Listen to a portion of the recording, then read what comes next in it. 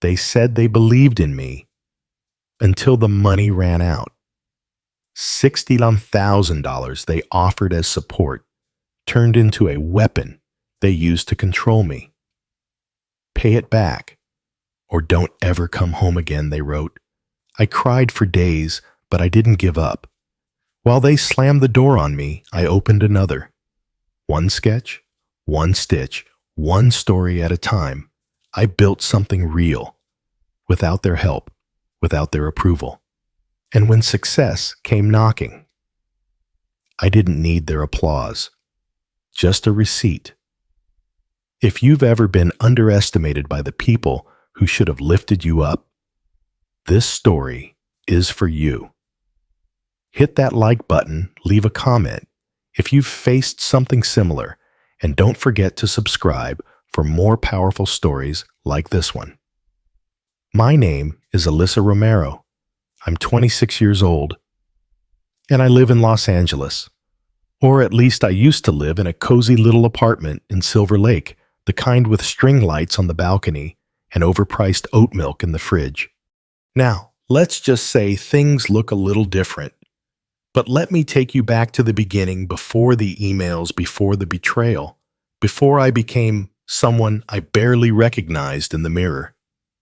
I was always that kid who made dresses for her Barbies out of old pillowcases. My mom used to think it was cute. My dad, not so much. He called it idle hands. But I never cared. While other kids were dreaming of being astronauts or veterinarians, I was busy sketching gowns in the margins of my math homework. So when I got accepted into Parsons School of Design in New York, it felt like the world was finally cracking open for me. I was going to study fashion, real fashion, with some of the most talented creative people on the planet. My parents weren't thrilled, but they tolerated it. Especially when I won a small scholarship and promised to work part-time to cover my living expenses. 4 years flew by.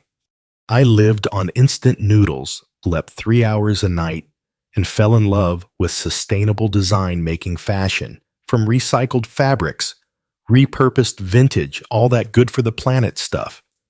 I didn't just want to make clothes. I wanted to make a statement.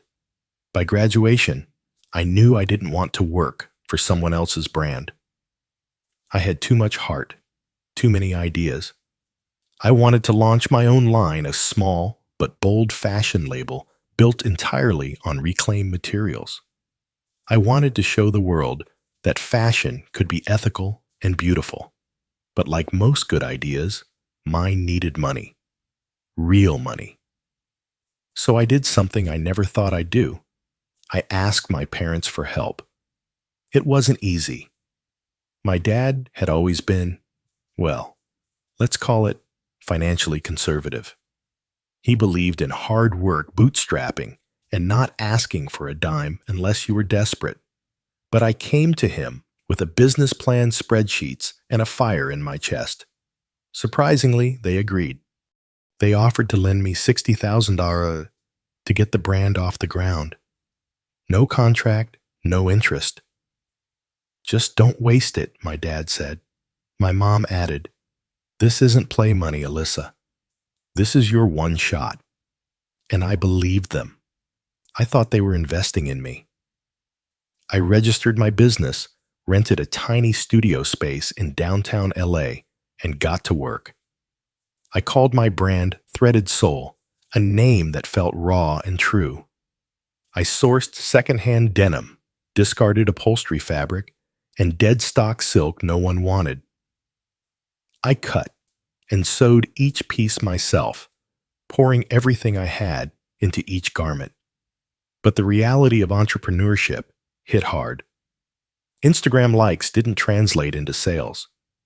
I got ghosted by boutique owners who loved my lookbook but weren't ready to commit. I burned through most of the money just trying to stay afloat. Photography marketing, packaging, shipping, it all adds up. Still, I held on. I worked freelance gigs to buy more time. I hustled, posted, networked. I believed that if I just kept going, someone out there would see what I saw in my designs. Then out of nowhere came the email. It wasn't a phone call or even a text, just a cold, sharp message from my father's Gmail account. Alyssa, it's been several months since we gave you the loan. Your business hasn't shown results. Please repay the full $60,000 within 30 days or consider this a permanent separation. No further support, financial or emotional, will be extended. We wish you the best. I read it 3 times before I could even blink. At first, I thought it was a joke, or a bluff, or maybe a weird attempt at motivation. But no, it was real. They weren't just asking for the money back. They were disowning me unless I could magically conjure $60,000 from thin air. After everything I'd done, after I'd built something from nothing, they were walking away. I called. They didn't answer. I texted. Nothing. My mom blocked me on Facebook that same night. I sat alone on the floor of my studio, surrounded by fabric scraps and unshipped boxes, feeling like the world had turned to ash. The people who were supposed to love me unconditionally had put a price tag on their support, and apparently I wasn't worth it. But I wasn't done. I didn't know it then, but losing their support would be the beginning of something much bigger, something stronger. Because when you've got nothing left to lose, you finally stop asking for permission. For weeks after that email, I couldn't sleep. My thoughts raced every night like a freight train with no brakes. One moment, I'd be angry. The next, I'd just break down sobbing into a pillow. I wasn't angry just because they asked for the money back. I was angry because of how they did it. Like I was some failed investment, not their daughter. Like they'd just decided to write me off like a bad business deal. Started pulling away from people, friends, colleagues, anyone who might ask how Threaded Soul was going. I didn't want to talk about it, didn't want to admit how close I was to shutting everything down. I tried to keep the brand going. I posted designs, ran a sale, even offered custom pieces. Nothing stuck. The algorithm didn't care that my work was made from 100% repurposed fabric. Instagram couldn't see how much of my soul I'd sewn into every stitch. To make rent on the studio, I maxed out a credit card, then another. Then I started selling my own clothes pieces I'd collected from thrift stores over the years, vintage gems I'd loved too much to part with, until I had to. When I finally broke down and told my best friend, Jules, everything, she didn't hesitate. "Move in with me," she said. "I'm renting a loft downtown. It's half storage, half chaos, but it's cheap. We can put your stuff in the back near the mannequins. No pressure, just get out of here before it eats you alive." So I did. I packed my things, shut down the studio lease, and moved into Jules's chaotic warehouse loft hybrid. We turned a dusty back corner into my little bedroom, a mattress on pallets, a rack of sample pieces, and a space heater that clicked loudly all night. I was 26 years old, freshly cut off by my parents, deeply in debt, sleeping behind boxes of LED lights and vintage wigs, and still trying to keep a fashion label alive. The real sting came when the fashion community I once admired started to turn cold. People who used to comment "love this" on my posts stopped liking them altogether. I applied to be part of a sustainable fashion expo in Santa Monica, a dream opportunity, and received a one-line rejection: "Your brand does not meet our visibility threshold." Visibility threshold, I wanted to scream. I wasn't invisible, I was just broke. A fashion blogger I'd once interned for unfollowed me. A buyer from a local boutique who had loved my denim patchwork jackets ghosted me for months. And then came the worst moment of all. I was working a small weekend market in Echo Park, selling my last few pieces on a folding table under the hot California sun. A woman walked up, touched one of my jackets, and said with a smirk, "Didn't you used to be on that eco-fashion podcast? Thought you'd be bigger by now." She didn't even mean it cruelly, just indifferently. That night I sat on the floor of the warehouse and stared at my hands calloused, cracked, stained from dyes and machine oil. I looked around and realized I'd built something, and no one cared.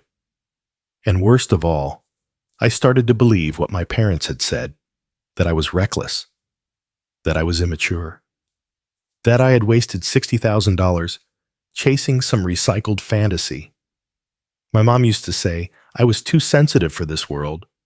My dad used to joke, "You're not cut out for business. You've got an artist's heart that's not a compliment." I'd spent so long trying to prove them wrong. And here I was, curled up behind a wall of cardboard boxes, wondering if they'd been right all along. The shame was heavy, not just because I'd failed, but because I felt like I had nothing left to prove them wrong. I wanted to disappear. I wanted to give up. But something wouldn't let me. Maybe it was pride. Maybe it was rage.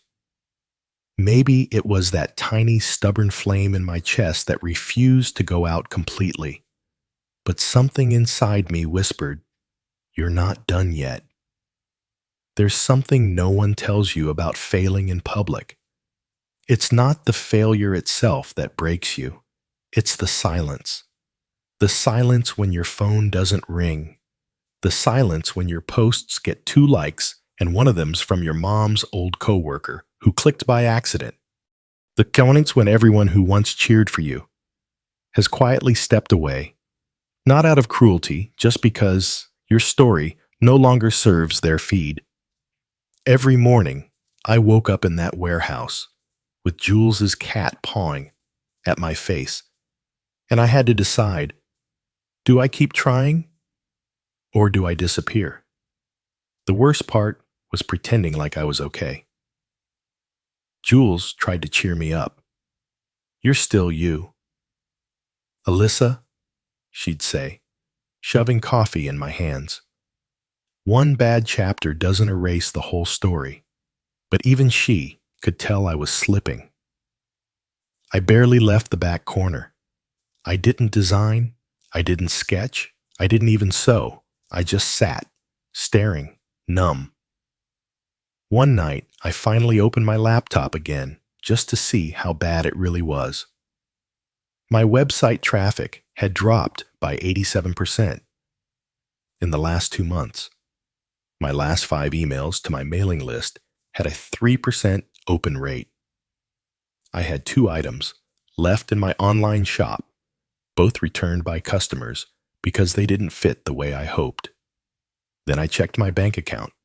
$17.31. I closed the screen. That was it. That was the moment. I curled up on the cold warehouse floor and let it all crash down on me. I cried harder than I had since I was a child. Not the pretty dramatic kind of crying you see in movies, no. This was the ugly kind, the hopeless kind, the everything I believed in was a lie kind. I didn't just feel like a failure, I felt like a fraud. I had told the world I was building something meaningful, something sustainable and fresh, and now I couldn't even afford to buy thread. At some point, I fell asleep. Or maybe I blacked out, I'm not sure. I dreamt I was back at Parsons, standing in the middle of a giant runway, naked under the lights, while people whispered and pointed. My parents sat in the front row, arms crossed, shaking their heads. My father stood and said, "We gave you a chance.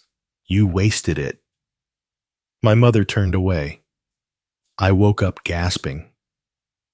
That day, I decided to sell my sewing machine. It was the last valuable thing I owned. A heavy old industrial juki I'd bought secondhand during college. I'd made every piece of threaded sole on that machine. It was my heartbeat, my anchor. But I needed money. I needed food. I listed it online. Within 2 hours, someone messaged to buy it. When the guy arrived, a young fashion student. Ironically, I helped him carry it to his car. He asked me, "Did you make anything with it?" I nodded, but didn't speak. He smiled, completely unaware of what he was taking from me. Hope it brings me the same kind of magic. Magic. I went back inside, sat in the empty space where the machine had been, and stared at the floor. For the first time, I felt completely disconnected from who I used to be. No studio, no team, no machine, no brand, no family. Just a girl with a failed dream and a bruised heart. And then, just when I thought I had nothing left to lose, I got another email. This one was from my father. "We understand things didn't work out. We hope you learn from this. We will not be able to support any further ventures. Please do not reach out again regarding money or emotional matters. Best of luck." It wasn't even cold anymore. It was sterile, like a customer service rep declining a refund request. They weren't just done with the money. They were done with me. I wanted to scream. I wanted to throw something, burn, something become something else. But I didn't have the strength. I forwarded the email to myself. No subject line, just so I could see it again if I ever needed to remember. I didn't cry this time. I didn't shout. I just whispered, "Okay," because if this was the end of who I used to be, then maybe it was time to start over. But not for them. Not for redemption. For me. A few days after I sold the machine, Jules found me sitting cross-legged on the concrete floor, surrounded by scraps of denim and flannel from old jackets I couldn't bear to throw out. She didn't say anything at first, just sat next to me and waited. After a while, I said, "I think I broke something. In me." She looked at the scraps. "No, you just peeled off a layer that wasn't working." I shook my head. My parents were right. I wasn't ready. I wasn't strong enough for this. I romanticized the whole thing, thought having an aesthetic and a vision was enough. Jules sighed. "You had guts. You tried something most people wouldn't even dare to risk. That's not weakness, Alyssa.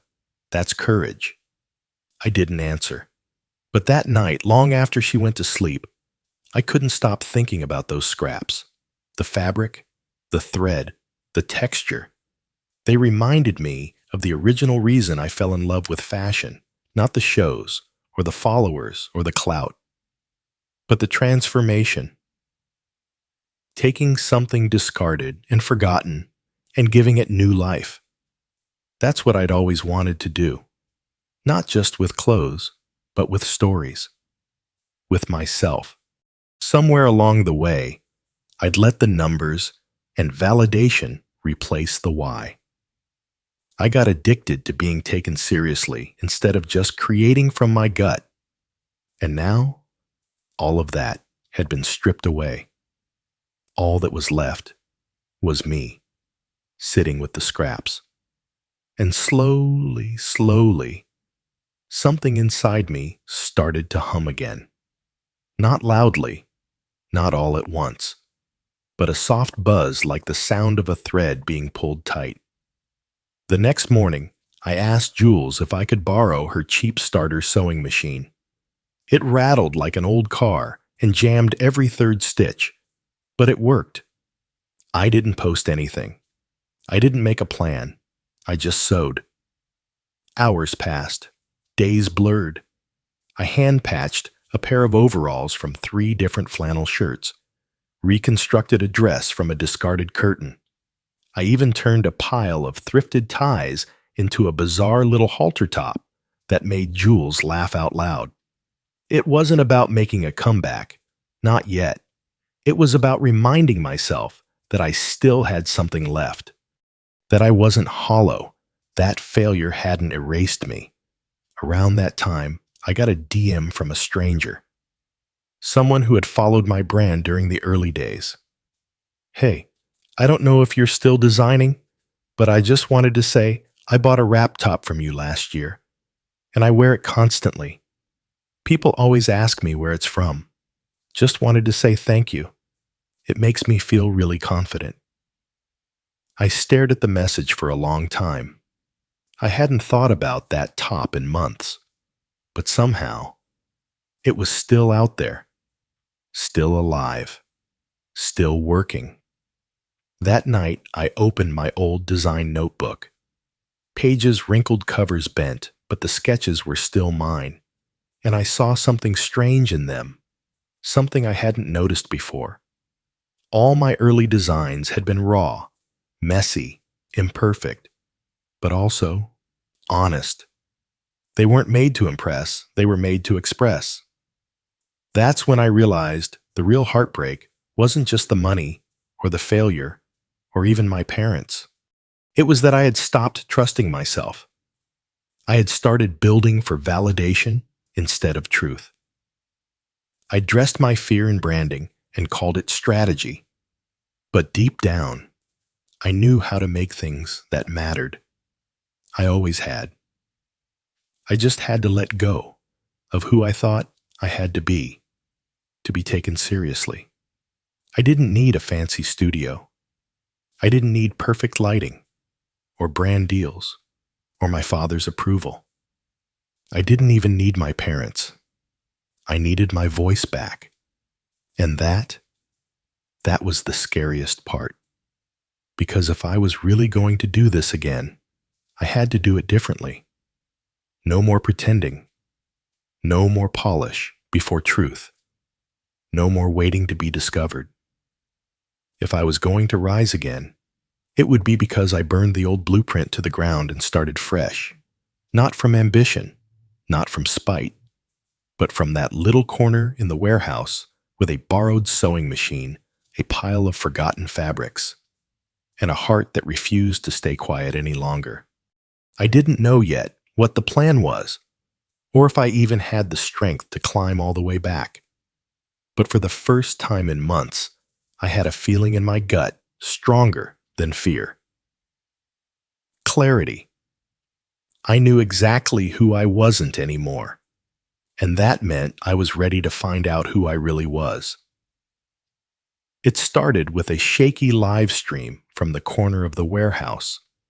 I had no ring light, no microphone, just Jules's iPhone duct taped to a shelf and propped up with a coffee mug. I hit go live and stared into the lens like it was a mirror I hadn't dared to face in months. "Hi," I said quietly. "My name's Alyssa Romero. Some of you used to know me as the girl behind Threaded Soul. I guess I kind of disappeared." I paused, swallowing the lump in my throat. My brand failed. I lost everything, including myself. There it was, the truth, out loud. But I'm still here, still making, still dreaming. I'm not sure if that makes me brave or just really stubborn, but I'm not ready to quit. That first stream got 74 views and 8 comments. But one said, "This is what fashion needs, realness." Subscribed. That was all I needed. Every week I went live again. Sometimes for 10 minutes, sometimes for hours. I showed people how I stitched recycled denim by hand, how I matched secondhand zippers with vintage fabrics. I talked about failing, about mental health, about how fashion could be more than luxury, It could be human. I didn't sell anything. I didn't beg for donations. I just told the truth. And slowly, something wild began to happen. People stayed. Then they shared. Then they asked, "When are you dropping the next collection?" I was stunned, but I knew I had to do it differently this time.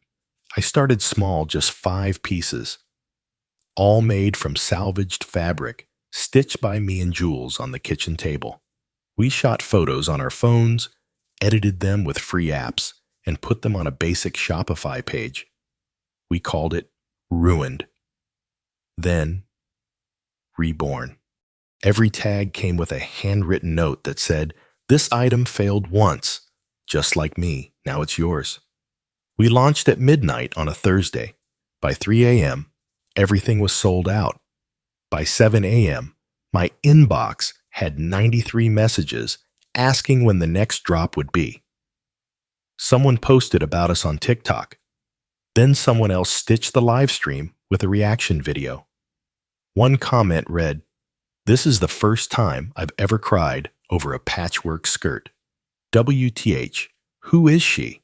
By the end of the week, I had 12,000 followers again. But this time it felt different, not inflated, not performative, real. A sustainable fashion blog interviewed me. Then a Gen Z news channel reached out. "Can you talk about resilience in a failing economy?" they asked. I almost laughed out loud. Me, the girl who was crying on the floor of a warehouse 6 months ago. Now that's who they wanted to hear from. I said yes. And I told them the truth. About the $60K loan. About the collapse. About my parents cutting me off. One clip went viral. They said I was reckless. Maybe I was. But I'd rather fail building something real than succeed pretending to be someone I'm not. The video hit 1.2 million views. A week later, an executive from Moto Market, one of the biggest digital fashion retailers, sent me an email.